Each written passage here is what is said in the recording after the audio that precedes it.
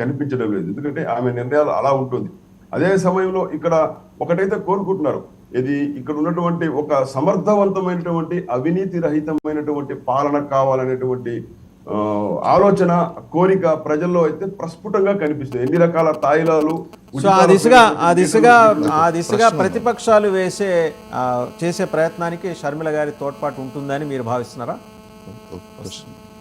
కొంతమేర ఉండొచ్చు. ఎందుకంటే ఇప్పుడు జగన్మోహన్ రెడ్డి యొక్క ఇమేజ్ డ్యామేజ్ కావడానికి జరుగుతున్నటువంటి పరిణామాల్లో ఇది అదనంగా అగ్నికి ఆజ్యం తోడవుతున్నట్టు. షర్మిల సొంత చెల్లెలు కాబట్టి ఆమె దూరంగా జరిగే ప్రతి సందర్భం కూడా ఆయన ఇమేజ్ ను, అంటే సొంత చెల్లె దూరం జరుగుతుంది కదా, మనకు న్యాయం జరుగుతుందో లేదో అనేది ఇంతవరకు న్యాయం జరిగిన నేతలు ఎవరైనా ఉంటే ఖచ్చితంగా ఆయనకు నష్టం జరిగేటువంటి అవకాశం ఉందని భావిస్తున్నాను. ఇదే క్రమంలో ప్రజలైతే మాత్రం ఈ మార్పులు చేర్పులు ఇవన్నీ గమనిస్తున్నటువంటి పరిస్థితుల్లో ఆంధ్రప్రదేశ్ లో బాలా గారు మాట్లాడతారు ఒకసారి.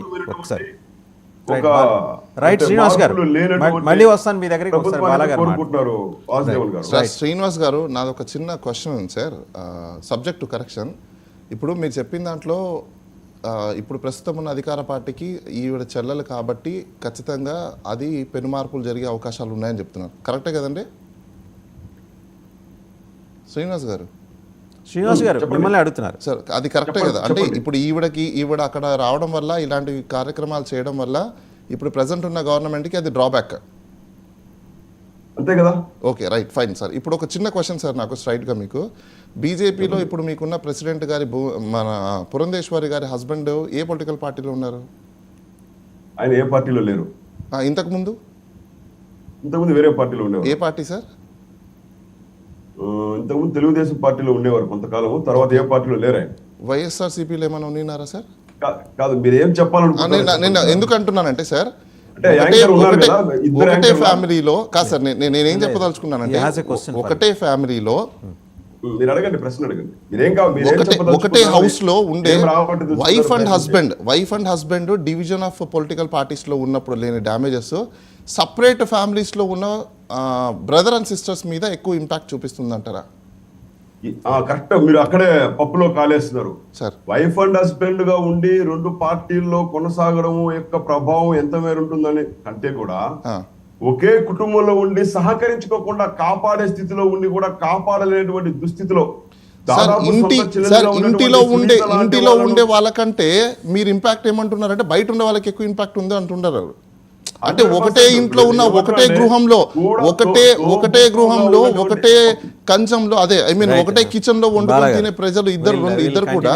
కంటిన్యూ విత్ వేణుగోపాల్ గారు ఓకే, మొత్తానికి ఏంటంటే టర్న్ ఎట్లా తీసుకుంటుంది ఈ డెవలప్మెంట్ అనేది, ఆమె లోకేష్ గారితో కలిసి పనిచేయడానికి అవసరమైతే కాంగ్రెస్ అధిష్టానాన్ని ఒప్పించి ముందుకెళ్లే దిశగా నడుస్తున్నారు.